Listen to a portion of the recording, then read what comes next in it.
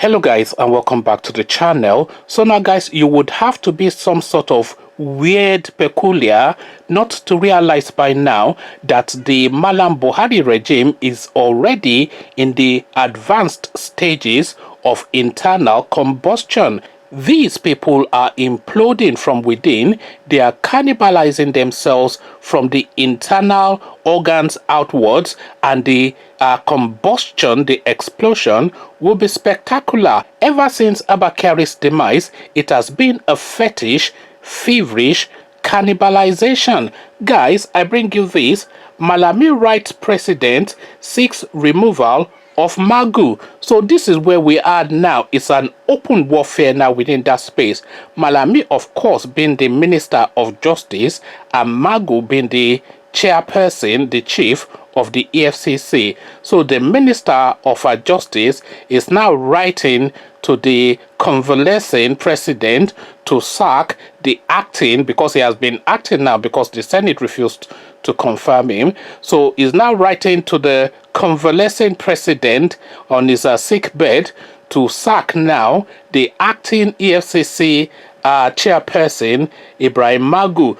So this is now where we are now within the Nigerian space. It is just a gleeful orgy of greed. So again, the headline, Malami writes president seeks removal of Magu. So now let's now see what the latest development is in the zoo, according to Nnamdi Kanu and his followers, or Nigeria, according to the rest of us. The Attorney General of the Federation, AGF, and Minister of Justice, Mr. Abubakar Malami, SAN, has recommended to President Muhammadu Buhari the sacking of acting chairman of the Economic and Financial Crimes Commission, EFCC, Mr. Ibrahim Magu.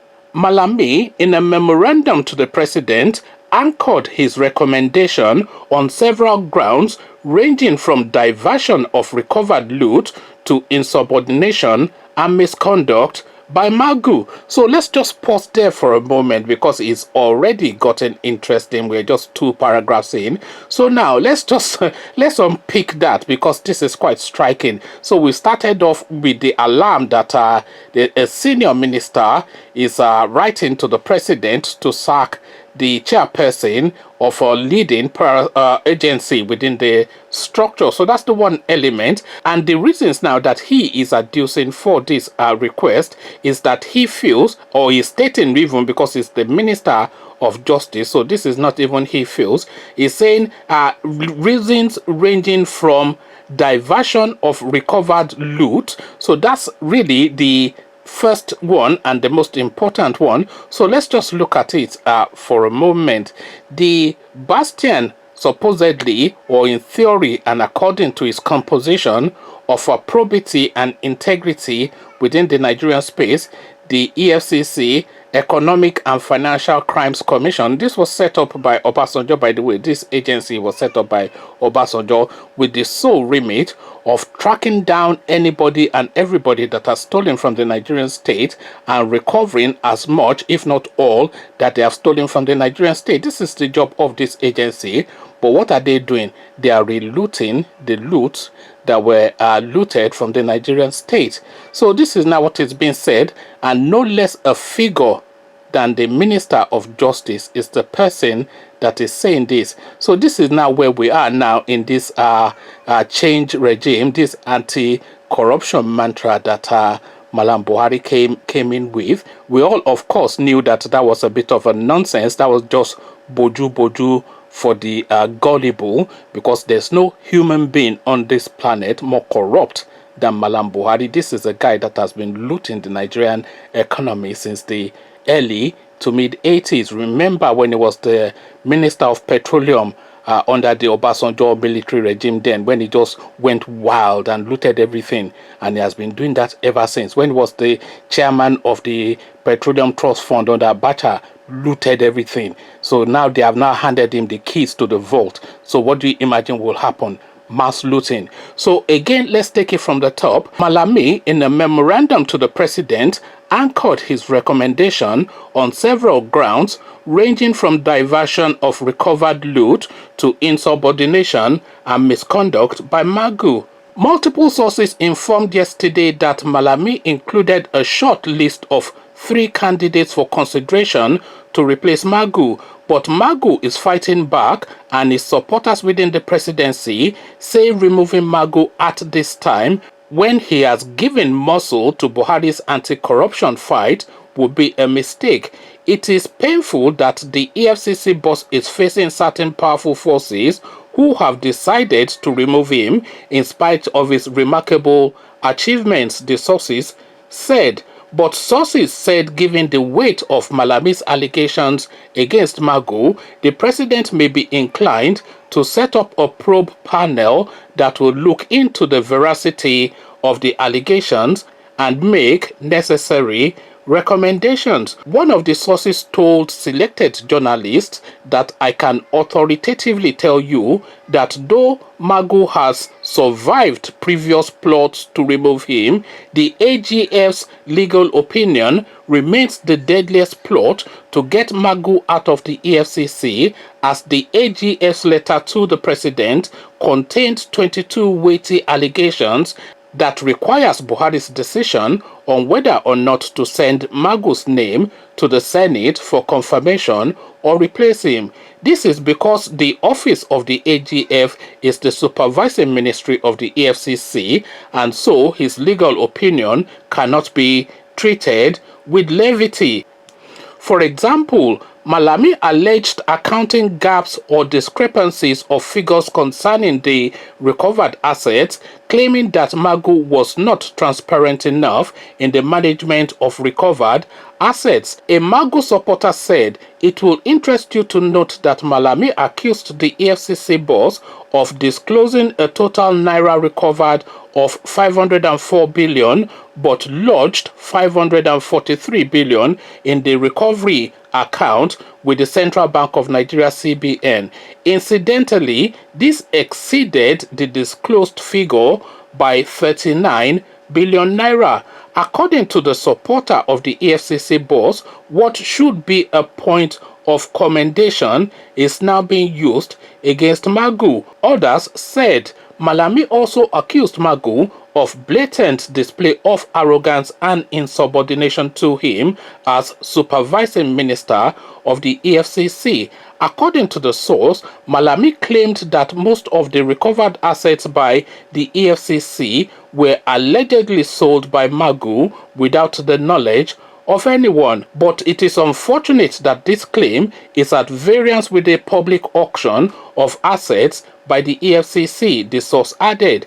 It will be recalled that many efforts have been made in the past to make the president drop Magu since his appointment as EFCC acting chairman on November the 9th, 2015. The plot for his removal twice stalled his confirmation by the 8th Senate, prompting him to remain the interim head of the nation's foremost anti-graft agency. However, when the presidency insisted on Magu being confirmed, the previous Senate demanded the reversal of a damning security report on the EFCC boss from the Department of State Services DSS, which it cited as the reason for its non-confirmation. Many groups and individuals had also gone to court to challenge the continued stay of Magu as the acting chairman of the commission. But Justice Ijeoma Ojukwu, so we've come across this name before. This is the justice that they always go to. I'm not saying they're going to her to buy a judgment, but this was the same justice that they took Sowore to, that detained him in Abuja till date. So that the same name again. But Justice Ijeoma Ojukwu of the Federal High Court in Abuja, in a judgment delivered in 2019 over consolidated suit on Magu's status, had held that there was no time limit in the law establishing the commission for him to act as the EFCC boss. The judge further held that Buhari is holding the proverbial yam and knife on Magu, adding that the president should do the needful by sending the name of Magu to the Senate for confirmation. So open warfare, as I said. So it is just complete madness that is going on within Aso Rock now.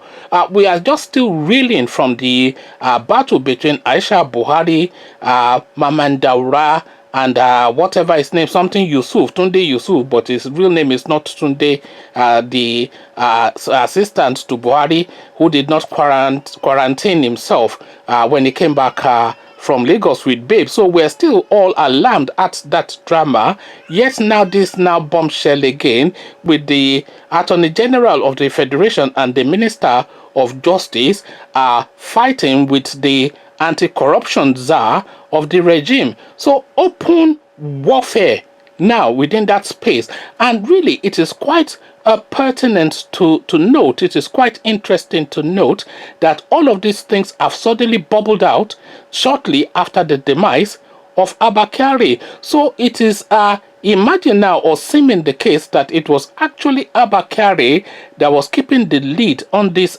things, because you would have to remember that Malam Buhari is completely debilitated both mentally and physically, so he doesn't really have the strength to even go to the toilet by himself, never mind running the affairs of the Nigerian state. So he's out of the way. And Yemi Oshibanjo, well, I don't even have to say anything about Yemi Oshibanjo. You already know him. They've put him in the kitchen to be with the girls and do the cooking. And whenever it's ready, yeah, I don't even want to go there because there are things that I could say, but they are not elegant. But you know, Yemi Oshibanjo is completely, is just a non-person within the regime. So we don't have a president and we don't have a vice president, and the person that was then holding the fourth for those two positions was Abba Kyari. So now with Abba Kyari now out of the way, it's just like you take the cork of a champagne bottle, it's just pop, and the whole thing is just spilling now. The spillage now is now what is spilling to the floor, to both our alarm and entertainment in equal measure. It would be funny if it wasn't so tragic, because it is of course a tragedy, as seen as the thing being played with are the lives of in excess of 150 to nearly 200 million people that are called themselves Nigerians. This is what the stakes are, and this is the game that these people are playing amongst themselves as they are bouncing their egos off the wall and showing themselves their little member between their legs, and trying to show who has the bigger what's it. You know what I'm talking about. They are trying to out-macho the macho who has the bigger chest. You know, so this is now the going on now. Operation Launch at the Dollar. Because if you read even further between the line, and this is me now going to the realms of speculation, this Malami now is not satisfied anymore with what has been budgeted to his ministry and his pocket. That's not enough now to satisfy his now avarice and greed. He's now wanting to tap now into that EFCC gold mine where all of these supposed recovered monies have been put, 500 and something billion they're saying. But then what's happening to that money, nobody knows, and that money will disappear, of course, and it looks as though it's been disappeared. So there was an anomaly within the recordings of the monies that the EFCC are declaring as recovered. So there was I think, was it 39 billion naira? That was an anomaly, and that is a vast amount of money, by the way. That is an outstandingly staggering amount of money. That is the budget of about 2, 3, if not 4 northern states of at least the poorer states in Nigeria. That's almost twice their annual budget combined. There are a lot of these states, so we're talking about a vast amount of money. So what the query is, and there are two sides now, there's two strands of arguments that is coming.